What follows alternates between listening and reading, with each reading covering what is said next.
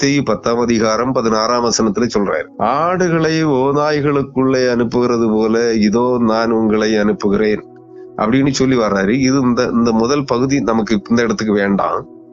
ஆகையால் சர்ப்பங்களை போல வினா உள்ளவர்களும், ஒரு எக்ஸாம்பிள், நீங்க எப்படி இருக்கணும், புத்தி கூர்மை உள்ள, விழிப்பாய் இருக்கிற, எச்சரிக்கை உணர்வோடு இருக்கிற கள்ள தீர்க்கதரிசிகளை, கள்ள அப்போஸ்தலர்களை, கள்ள போதகர்களை, இந்த வலு சர்ப்பத்தின் சந்ததிகளை, கட்டுவிரியனின் விரியன் பாம்பினுடைய சந்ததிகளை அடையாளம் கண்டுகொள்வதற்குரிய ஒரு வார்த்தையை இங்க வளர்க்கிறார். மத்தேயு 10:16 பிற்பகுதியில. ஆகையால் சர்ப்பங்களை போல வினா உள்ளவர்களும் புறாக்களை போல கபடற்றவர்களுமாயிருங்கள், மனுஷரை குறித்து எச்சரிக்கையாக இருங்கள். அடுத்த வசனம் 17 அவர்கள் உங்களை ஆலோசனை சங்கங்களுக்கு ஒப்பு கொடுத்து தங்கள் ஜப ஆலயங்களில் உங்களை வாரினால் அடிப்பார்கள். புரியுதா உங்களுக்கு? அதாவது மனிதர்கள், நீங்க சத்தியத்தை கை கொண்டு ஜீவ வார்த்தையாகி இயேசு கிறிஸ்துவை பின்பற்றி அவருடைய அடிச்சுவடுகளை பின்பற்றி நடந்தால், இந்த கள்ள தீர்க்கதரிசிகளுக்கு அது பிடிக்காது, கள்ள அப்போஸ்தலர்களுக்கு இது பிடிக்காது, புரட்டு உபதேசக்காரர்களுக்கு இது பிடிக்காது, மூழ்கி ஸ்நானம் எடுத்தால்தான் பரலோகத்திற்கு செல்ல முடியும் என்று பிரசங்கிக்கிற வேத புரட்டர்களுக்கு இது பிடிக்காது. சத்தியத்தை சத்தியமாக சொல்லுகின்ற போது இயேசு கிறிஸ்துவின் போதனைகளை அப்படியே அவருடைய வார்த்தையின்படியே எழுத்தின்படியே கை கொள்ளுகிறவர்களை இவர்களுக்கு பிடிக்காது. இவர்களை குறித்து நீங்கள் எச்சரிக்கையா இருக்கணும். நல்லா புரிஞ்சுக்குங்க. அதுக்குதான் ஆண்டவர் இந்த எக்ஸாம்பிள சொல்லியிருக்காரு. அதாவது சர்ப்பங்களை போல வினா உள்ளவர்களும். நீங்க இந்த இடத்துல உங்களுக்கு ஒரு சந்தேகம் வரலாம், சர்ப்பங்களே விரியன் பாம்பு குட்டிகளே நரகாக்கினைக்கு எப்படி தப்பித்துக் கொள்வீர்கள்னு கேட்கிறாரு. அதே ஜனங்களுக்கு என்ன சொல்றாரு, அதே ஜனங்கள் மத்தியிலிருந்து தெரிந்தெடுக்கப்பட்ட தேவனுடைய ஊழியக்காரர்களுக்கு சொல்லுகிறார். தேவனை பின்பற்றுகிற, தேவனுடைய அடிச்சுவடுகளை பின்பற்றுகிற, இயேசு கிறிஸ்துவின் அடிச்சுவடுகளை பின்பற்றுகிற விசுவாசிகளுக்கு சொல்லுகிறார், மனுஷரை குறித்து எச்சரிக்கையா இருங்கள். எந்த மனிதரை குறித்து? உங்களுக்கு பிரசங்கிக்கிற அப்போஸ்தலர்களை குறித்து, உங்களுக்கு பிரசங்கிக்கிற, உங்களுக்கு தீர்க்க தரிசனம் சொல்லுகிற தீர்க்கதரிசிகளை குறித்து, உங்களுக்கு புரட்டு உபதேசங்களை போதிக்கிற இந்த புரட்டு உபதேசக்காரர்களுக்கு எச்சரிக்கையா இருங்கள். நல்லா புரிஞ்சுக்குங்க. இவங்க யாரு? அவர்களுடைய வாயின் வார்த்தைகளை கொண்டு சத்திய வசனத்தின் வசன வெளிச்சத்திலே, சத்திய வசனமாகிய கண்ணாடியிலே அவர்களை நீங்கள் ஒப்பிட்டு பாருங்கள். வசன ஆதாரத்தோடு ஒப்பிடுங்க. அவர் கர்த்தர் இந்த வார்த்தையை, இந்த வசனத்தை இப்படி சொல்லுகிறார், இவங்க தங்களுடைய வசதிக்காக புரட்டுகிறார்கள் அப்படிங்கறத கவனிங்க. நல்லா புரிஞ்சுக்குங்க. என்னன்னா சர்ப்பங்களை போல, அதற்கு எக்ஸாம்பிளுக்கு அந்த சர்ப்பத்தை தான் காமிக்கிறார். சர்ப்பம் கொடியது, விஷம் உள்ளது, நச்சுத்தன்மை கொண்டது. சர்ப்பமானது ஒரு மனிதனை கடித்து விட்டால் சில நிமிடங்களில் அல்லது சில மணித்துளிகளில் அந்த மனிதன் மரித்து போகிறான். அதுபோல அதே அந்த புரட்டு உபதேசக்காரர்களை தான் சொல்றாரு. நல்லா புரிஞ்சுக்குங்க. அந்த சர்ப்பத்தையே நீ எச்சரிக்கையா இருப்பதற்கும் அடையாளமாக காண்பிக்கிறார். சர்ப்பம் தனக்கு ஆபத்து வருகிறது என்று உணர்கின்ற போது தன் தலையை தூக்கி, வினா உள்ளவர்களாக தன் தலையை தூக்கி அப்படி பார்க்கும். யார் வருகிறார்? எனக்கு ஆபத்தான மிருகம் வருகிறதா, அல்லது எனக்கு ஆபத்தான பறவை வருகிறதா, அல்லது எனக்கு ஆபத்தான மனிதர்கள் வருகிறார்களா? நல்லா புரிஞ்சுக்குங்க. மனிதர்கள்ட்ட ஒரு சின்ன பழக்கம், ஒரு பாம்பை கண்டா ஒரு கல்லை எடுத்தாவது அதுக்கு மேல போடணும்னு ஒரு எண்ணம் தோணும். தன்னை காயப்படுத்துகிறவன் மனிதன்ங்கிறது பாம்புக்கு தெரியும். நல்லா புரிஞ்சுக்கிடுங்க. அப்ப அந்த பாம்பு தன்னுடைய ஓடிக்கொண்டிருக்கிற பாதையிலே ஒரு மனிதனுடைய காலடி தடங்களுடைய சப்தம் கேட்கின்ற பொழுது அவன் என்ன செய்வான்? அந்த பாம்பு என்ன செய்யும்? அந்த உணர்ச்சியினால் தன் தலையை தூக்கி யார் வருகிறார்கள் என்று உன்னிப்பாக கவனிக்கும், கூர்ந்து கவனி. அது மனிதன் என்று கண்ட உடனேயே என்ன செய்யும்? அது ஒரு அப்படின்னு தன்னுடைய மூச்சு காற்றை ஊதும். அப்படின்னு கேட்டு கவனிச்சிருப்பீங்கன்னா தெரியும். அதனுடைய சீற்றத்தை வெளிப்படுத்தும். அந்த சீற்றத்தை கண்ட மாத்திரத்திலே மனிதர்கள் என்ன செய்வாங்க? கல்லை எடுத்தவன் போட்டுட்டு போட்டியும். ஏன்னா பாம்பு தன்னை கடிக்கும்ங்கிறது அவனுக்கு தெரியும். ஆனா சீருது. அதனால அது தன்னுடைய சுய பாதுகாப்புக்காக, தற்காப்புக்காக அது தன் தலையை தூக்கி தலையை உயர்த்தி தன் கண்களால் எதிரே வருகிற தனக்கு ஆபத்தான பொருள் எது, வஸ்து எது என்கிறதை அது கவனிக்கிறது. ஆபத்து என்று உணர்கின்ற போது அது உடனடியாக சீறுகிறது. தன் மூச்சு காற்றை இழுத்து வெளியே ஊதுகிறது. அந்த மூச்சு காற்று என்ன செய்யுது? ஒரு வித்தியாசமான எச்சரிக்கை உணர்வோடு நம்மை எச்சரிக்கிறது. அது சர்ப்பம் வினா உள்ளதாக. வினானா கேள்வி எழுப்புகிறது. அது எனக்கு ஆபத்தாக, எனக்கு எதிராக முன்னே வருபவர் யார் அப்படிங்கிற கேள்வி எழுப்புது. இதே மாதிரி ஒரு கள்ள தீர்க்கதரிசியை காணும்போது, அதாவது கள்ள பிரசங்கிகளை, சர்ப்பத்தின் பிள்ளைகள், வலு சர்ப்பங்களே விரியன் பாம்பு குட்டிகளே என்று அழைக்கப்படுகிற கள்ள பிரசங்கியார்களை, கள்ள உபதேசிகளை, கள்ள தீர்க்கதரிசிகளை, கள்ள அப்போஸ்தலர்களை நீங்கள் காணுகின்ற போது, இந்த பாம்பை போல நீங்கள் வினாவுள்ளவர்களாக இருங்கள். உங்கள் தலைகளை உயர்த்துங்கள். உங்கள் கேள்வி ஞானத்தை கூர்ந்து கவனியுங்கள். இவன் பிரசங்கிக்கிற பிரசங்கம், இவன் வேத வசனத்தை தன் இஷ்டப்படி புரட்டுகிறானா? தனக்கு சாதகமாக வளைத்து பேசுகிறானா? மாயம் பண்ணுகிறானா? வேத வசனத்தை எடுத்து பொய்களை பிணைக்கிறானா? அப்படிங்கறத கவனிங்க. அவனுடைய கனிகள் எப்படி இருக்கிறதுன்னு பாருங்க. அவனுடைய ஆவிக்குரிய கனிகள் எப்படி இருக்கிறதுன்னு பாருங்க. பார்த்து ஒருவரிடத்துல ஆவியின் கிரி வரங்கள் 9 இருந்தால் அவனிடத்துல நற்கனிகள், பரிசுத்தாவியின் நற்கனிகளாகிய 9 நற்கனிகளும் இருக்க வேண்டும். அந்நிய பாஷை பேசுறவன்கிட்ட நல்ல பண்பு இயல்புகளை இல்லைன்னா அவன்கிட்ட இருக்கிற ஆவி அசுத்தமானதுன்னு உணர்ந்து கொள். இதுக்கு எச்சரிக்கிறார். சர்ப்பங்களை போல வினா உள்ளவர்களாக இருங்கள். நற்காரியங்களை செய்கிறவர்களிடத்திலே புறாக்களை போல கபடற்றவர்களாக இருங்கள். புறாவுகிட்ட ஏதாவது கபடம் இருக்கா? உங்க கையில இருந்தும் விளையாடும். அதுக்கு உணவு தேட போகும்போது அது வெளியே பறந்து போகும். தன் கூடு எங்க இருக்குன்னு அதுக்கு தெரியும். நீங்க வளர்க்கிற அந்த புறாவை வளர்க்கிறவர்களுக்கு தெரியும். அந்த புறா எங்க நின்னாலும் அந்த மனிதன் வளர்க்கிற தன்னுடைய அந்த மனிதன் அந்த வீட்டில் இருக்கிற அங்கத்தினர்கள் கைகளை காட்டும் போது அது பறந்து வந்து உங்க கையில உட்காரும், உங்க தோல்ல உட்காரும், உங்க தலையில உட்காரும், உங்க மடியில உட்காரும். அது கபடமற்றது. ஏன்னா அதுக்கு தெரியும், இவர்கள் என்னை வளர்க்கிறார்கள், எனக்கு உணவளிக்கிறார்கள், என்னை பாதுகாக்கிறார்கள், பராமரிக்கிறார்கள் அப்படிங்கிறது அந்த புறாவுக்கு தெரியும். அதனால உங்களையோ உங்கள் வீட்டாரையோ கண்டு புறா என்ன செய்யாது? பயப்படாது. சாதாரணமா வழியில நடந்துட்டு இருக்கக்கூடிய அது புறா தரையில தன்னுடைய உணவுகளை தேடிக்கொண்டு பொறுக்கி கொண்டு இருக்கணும். இங்க நீங்க அந்த வழியாக நீங்கள் அச்சமில்லாம கடந்து செல்லும் போது, அதுவும் சகோதர உணர்வுடன், இவர்களால் எனக்கு ஆபத்து இல்லைங்கிறது அது உணர்ந்ததுன்னா உங்களை கண்டவுடனே அது ரெக்கையை அடிச்சுக்கிட்டு பறந்து ஓடாது. ஆனா ஒரு கூட்டமா நீங்க வந்தீங்கன்னா, 4 பேர் 5 பேர் பேசிக்கிட்டு அப்படி அரசல் புரசலா வந்தீங்கன்னா அது என்ன செய்யும்? வழியில இருக்கிற அந்த பறவைகள் எல்லாம் பறந்து ஒதுங்கும். அதே பறவை அந்த பறவையை வளர்க்கிற மனிதன் அல்லது அந்த வீட்டார் கண்டா அது பறந்து ஓடாது.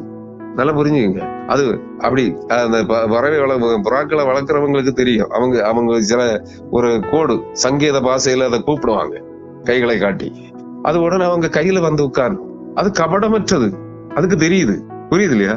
அந்த புறாக்களை போல கபடற்றவர்களாக இருங்கள். சர்ப்பங்களை போல வினா உள்ளவர்களாக எந்த காரியத்திலையும் யாரிடத்திலையும் வஞ்சக புத்தியை காமிக்காதே. பொய்களை பிணைக்கிறவர்கள் இவன் பொய்யனுங்கிறத கண்டுபிடிங்க. எந்த வெளிச்சத்தில்? வேத வசனமாகிய வெளிச்சத்தில், வேத வசனமாகிய கண்ணாடியில் இவர்களை நீங்கள் சீர்தூக்கி பாருங்கள். அதான் சர்ப்பங்களை போல வினாவுள்ளவர்களாக இருங்க. அவங்க சொல்ற வார்த்தைகளை எல்லாம் நம்பிடாதீங்க.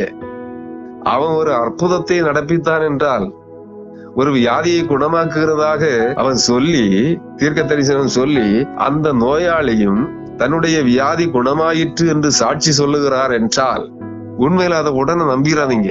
அந்த வியாதியஸ்தனுக்கு அந்த குறிப்பிட்ட வியாதி இருந்ததற்கான சான்றுகள் என்னங்கிறத தேடுங்க. அதான் சர்ப்பத்தை போல வினா உள்ளவர்களாக இருங்கள். அந்த நபர்கிட்ட நீங்க குறுக்கு விசாரணை செய்யலாம்.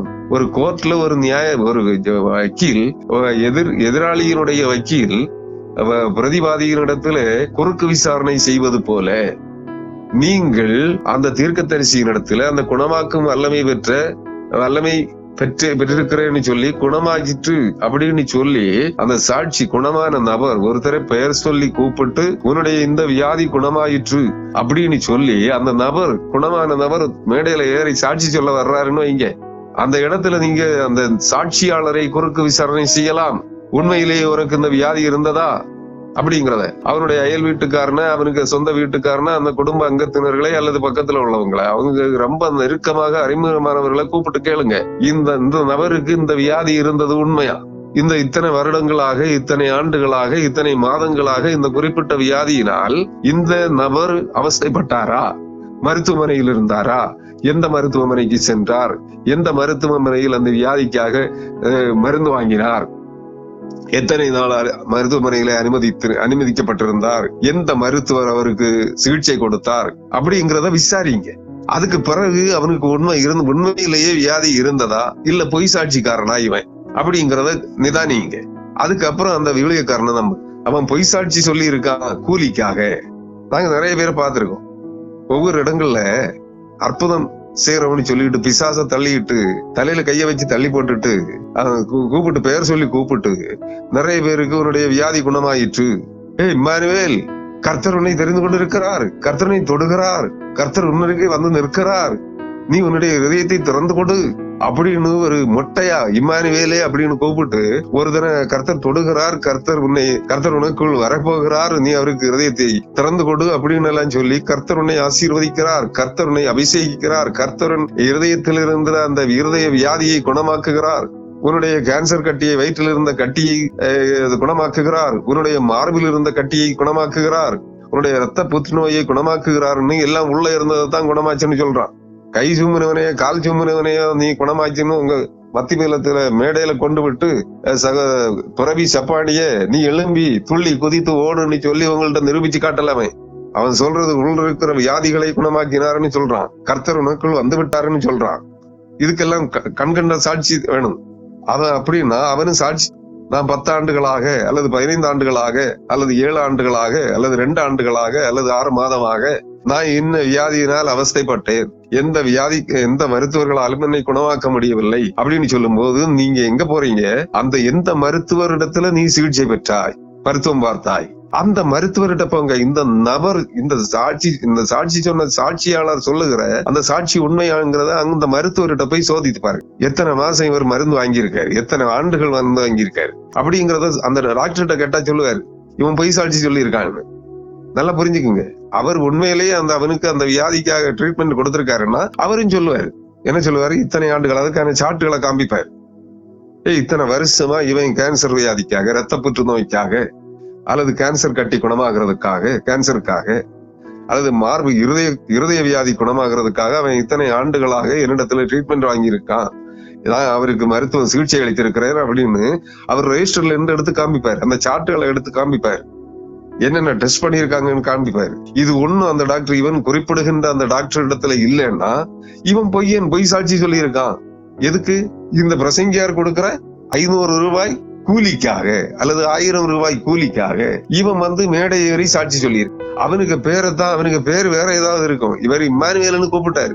அந்த ஒரு 10,000 பேர் இருக்க கன்வென்ஷன் மீட்டிங்ல ஒரு இம்மானுவேலா இருப்பான், ஒரு தானியலா இருப்பான், ஒரு ஜேம்ஸா இருப்பான், ஒரு சேகரா இருப்பான், ஒரு ஜான்சனா இருப்பான், குறையாம 10 ஜான்சன் இருப்பான், குறையாம 10 டேனியல் இருப்பான். நீ எந்த டேனியலை கூப்பிட்ட? எந்த டேனியலுடைய வியாதி குணமாச்சு? இங்க ஒருத்தர் சாட்சி சொல்ல வர்றான், நான் தான் டேனியல் அல்லது நான் தான் இம்மானுவேல், நான் தான் ஜான்சன், நான் தான் ஜேம்ஸ் அப்படின்னு சொல்லிட்டு ஒருத்தன் வருவான் மேடையேறி. அவன் இவனுடைய செட்டப் ஆளு. அவனுக்கு இந்த சாட்சி மேடையேறி சாட்சி சொல்வதற்கு அவனுக்கு ஒரு 500 ரூபாய் அல்லது 1000 ரூபாய் கைக்கூலி கொடுப்பான். அவன் இதுலதான் நீங்க எச்சரிக்கையா இருங்க. எதுக்காக சொல்றான்? நான் கர்த்தருடைய ஊழியக்காரன், கர்த்தருடைய வாய், கர்த்தருடைய தீர்க்கதரிசி, கர்த்தருடைய அப்போஸ்தலன் அப்படின்னு நிரூபிச்சு காட்டுறதுக்கு இந்த போலி வேடங்கள், இந்த பொய் சாட்சிகளை ஏற்படுத்துறான். இதை நீங்கள் சோதித்து பார்க்க வேண்டும். எப்படி? இந்த சர்ப்பங்களை போல வினா உள்ளவர்களாக, கேள்வி உள்ளவர்களாக இருங்கள். கேள்வி கேட்டு அதனுடைய தகவலை வெளிச்சத்துக்கு கொண்டு வாங்க. அதுக்கப்புறம் அந்த ஊழியக்காரனை நம்புங்க. அவன் செய்தது உண்மை என்று அந்த வியாதியஸ்தனும் அந்த சாட்சியாளரும் அவனுக்கு இதுவரைக்கும் ட்ரீட்மெண்ட் கொடுத்த, மருத்துவம் பார்த்த அந்த டாக்டரும் அதற்குரிய சான்றுகளோடு அவங்க உங்களுக்கு சாட்சி சொன்னாங்கன்னா அவன் உண்மையான ஊழியக்காரனை அவனை நீங்க ஃபாலோ பண்ணுங்க. ஆனா அவனுடைய கிரியைகளை, அவனுடைய செயல்களை நீங்கள் செய்யாதிருங்கள். இயேசு கிறிஸ்து ஒரு இடத்துல சொல்றாரு, மோசேயினுடைய ஆசனத்தில், நியாயப்பிரமாணிக்கனாகிய மோசே அமர்ந்திருந்த ஆசனத்தில் இன்றைய கள்ள பிரசங்கிகளும் போலி வேடதாரிகளும் மாயக்காரராகிய பரிசேயரும் வேறவாதகரும் அமர்ந்திருக்கிறார்கள். நீங்கள் அவர்களுடைய வழிகளை பின்பற்றாதிருங்கள், அவர்கள் செய்கிற செயல்களை பின்பற்றாதிருங்கள். ஆனால் அவர்கள் பிரசங்கிக்கிற வசனத்தை கேளுங்கள், அது வேத வசனத்திலே எழுதப்பட்டிருக்கிற வசனத்தின்படி அவர்கள் மெய்யான செய்தியை உங்களுக்கு சொன்னால் அதை நீங்கள் ஏற்றுக்கொள்ளுங்கள். வேத வசனத்தை பார்த்து இது புரட்டி உபதேசிக்கிறார்கள்னா இவன் வேத புரட்டனுங்கிற முத்திரையை அவனுக்கு குத்துங்க. அவனுடைய பிரசங்கத்தையும் கேட்காதீங்க, அவனுடைய செயல்களையும் செய்யாதீங்க, அவனை பின்பற்றாதிருங்கள். இதுக்குத்தான் அவர் இந்த வார்த்தையை சொல்றாரு. நல்லா புரிஞ்சுங்க. சர்ப்பங்களை போல வினா உள்ளவர்களாக இருங்கள். தவறு செய்கிறவன் தான் என்ன செய்வான்? அதிகமா எச்சரிக்கை உணர்வோடு இருப்பான். நான் செய்கிற தவறை கண்டுபிடித்து விடுவார்களோ. பாம்புக்கு அதனாலதான் பயம். நான் கடிச்சா அவன் செத்துருவான். அவன் அதுக்கு முன்னாடி என்ன அடிச்சு கொள்ள பார்ப்பான். அதனால அவன் காயப்படுத்துறதுக்கு முன்னாடி நான் அவனை பயமுறுத்தணும், அல்லது அவன்கிட்ட இருந்து தப்பணும், அல்லது அவனை கடிக்கணும். மூன்றுல ஏதாவது ஒரு வழிதான் உண்டு. பாம்பு நச்சு பாம்புன்னு பாம்புக்கு தெரியும். அதனால சர்ப்பம் தவறு செய்கிறவர்கள் ரொம்ப எச்சரிக்கையா, அதாவது ராத்திரி திருட போறவன், கொள்ளையடிக்க போறவன் ரொம்ப கவனமா இருப்பான். அவனை பிடிக்கக்கூடிய போலீஸ்காரனை விட அதிகமா இவன் சிந்திப்பான், அல்லது அந்த வீட்டுக்காரனை விட அதிகமா சிந்திப்பான். நீ ரொம்ப புரிஞ்சுக்குங்க. அதனால சர்ப்பங்களை போல அவங்களையே உங்களுக்கு எச்சரிக்கையா காட்டுகிறார். சர்ப்பத்தையே எச்சரிக்கை உணர்வுக்காக உங்களுக்கு அடையாளமாக காண்பிக்கிறார். சர்ப்பத்தை போல உள்ளவர்களாக இருங்கள், கேள்வி ஞானம் உள்ளவர்களாக இருங்கள், யார் என்ன செய்கிறார்கள் என்பதை உன்னிப்பாக கவனியுங்கள் அப்படிங்கிறார். புறாக்களை போல கவடற்றவர்களாக இருக்கும். புறாவுக்கு நன்மையை தவிர வேற எதுவும் அது செய்யாது. அதனால இந்த வசனம் உங்களுடைய எச்சரிக்கை உணர்வுக்காக சொல்ல. மூடத்தனமா எல்லாத்தையும் கண்டதை எல்லாம் நம்பாதீங்க, காதுல கேட்டதை எல்லாம் நம்பாதீங்க. இவன் வேத புரட்டனா கர்த்தருடைய தீர்க்கதரிசியா, இவன் வேத புரட்டனா கள்ள அப்போஸ்தலனா, இவன் வேத புரட்டனா அல்லது வெளி வேடதாரி போலியா, கிறிஸ்தவ போலியா, உண்மையான கிறிஸ்துவன் ஊழியக்காரனா, அதை மட்டும் யோசிங்க. அதை ஆராய்ந்து அறிவதிலே ஞானம் உள்ளவர்களாக, விழிப்புள்ளவர்களாக, எச்சரிக்கை உணர்வோடு இருங்கள். அதுக்கு எப்படி இருங்க? பாம்பு தனக்கு ஆபத்து வருகிறதை உறுதி செய்யும் வரை அது எச்சரிக்கையோடு தனக்கு முன்பாக அல்லது தனக்கு பின்னாக வருகிறவர் யார் என்பதை தன் தலையை தூக்கி திருப்பி பார்க்கும். யார் இருக்காங்க சுத்தி 4 பக்கமும் பார்க்கும். அது போல எச்சரிக்கையா இருங்க. பாம்பினுடைய நச்சு பாம்பின் வலு சர்ப்பங்கள் அல்லது விரியன் பாம்பு குட்டிகளுடைய இந்த அந்தி கிறிஸ்துக்கள், கள்ள தீர்க்கதரிசிகள், கள்ள போதகர்களுடைய புரட்டு உபதேசங்களிலே சிக்கிக் கொள்ளாதிருங்கள். ஆராய்ந்து பாருங்கள். வேத வசன வெளிச்சத்திலே இவைகளை சோதித்து பாருங்கள். அதுக்காகத்தான் ஆண்டவராய் இயேசு இந்த ஓமையை கூட அந்த இடத்திலே சொல்லி இருக்கிறார். இந்த எரிகிற தீவட்டி இன் தமிழ் என்கிற இந்த யூடியூப் சேனலோடு இணைந்திருங்கள். இதுவரையிலும் அந்த செய்திகளை பார்த்தும் அந்த செய்திகளோடு அந்த யூடியூப் சேனல்ல தங்களை இணைத்துக் கொள்ளாதவர்கள், சப்ஸ்கிரைப் செய்யாதவங்க தயவு செய்து அதுல சப்ஸ்கிரைப் செய்து கொள்ளுங்கள். அப்பதான் உங்களுக்கு எங்களுடைய செய்திகள் தினமும் ஒவ்வொரு நாளும் போடப்படுகிற அல்லது வாரத்திற்கு 2-3 செய்திகளாக போடப்படுகிற இந்த செய்திகள் உங்களுக்கு உடனே நாங்க அப்லோட் பதிவேற்றின உடனே உங்களுக்கு அவைகள் வந்து சேரும். தயவு செய்து எங்களோடு இணைந்திருங்கள். சுவிசேஷ ஊழியங்கள்ல உங்களை இணைத்துக் கொள்ளுங்கள். உங்களுக்கு தெரிந்தவர்களுக்கு இவைகளை பகிர்ந்து கொடுங்கள், அதாவது ஷேர் பண்ணுங்க.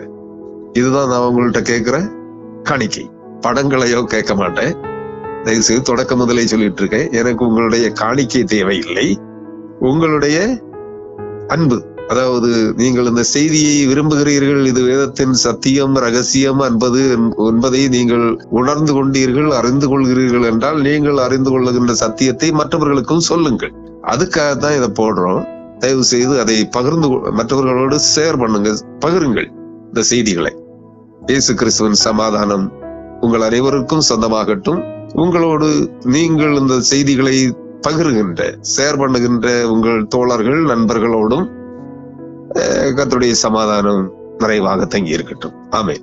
செய்திகளில் ஏதாவது கடினமான வார்த்தைகளோ குற்றச்சாட்டுகளோ இருந்தால் என்னிடத்திலே தயவு செய்து நேரடியாக தொடர்பு கொள்ளுங்கள். என்னுடைய 2 மொபைல் போன் எண்கள், என்னுடைய ஒரு போன் நம்பர் 9424865518. ஒரு முறை கூட சொல்றேன், 9424865518.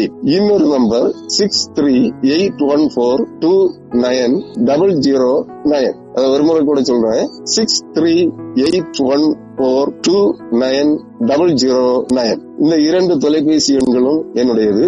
நீங்க எப்ப வேணும்னாலும் என்ன தொடர்பு கொள்ளலாம். நான் அந்த சாக்கு பக்கம் அவரு பாஸ்டர் சர்ச்சில் இருக்காரு, அவர் பிரேயர்ல இருக்காரு, அவர் உபவாசத்துல இருக்காரு, சாப்பிடுறாரு, உபவாசம் பண்றாரு அப்படின்னு எல்லாம் அந்த கதைகளை பிரசரிப்பதற்கு நான் இல்லை. பொய் சொல்ற பழக்கம் எனக்கு கிடையாது. பொய் சொல்றவங்களே எனக்கு பிடிக்காது. நானும் பொய் பேச மாட்டேன். நான் ஒரு தவறு, மனித இயல்பிலே ஒரு தவறை செய்து விட்டேன், உங்களை தவறாக பேசிவிட்டேன் என்றால் நான் உங்களிடத்திலே அந்த தவறு எனக்கு உணர்த்தப்படுகின்ற அடுத்த நிமிடமே உங்களை தொடர்பு கொண்டு உங்களிடத்திலே மன்னிப்பு கேட்கும். இதுதான் என்னோட பழக்கம்.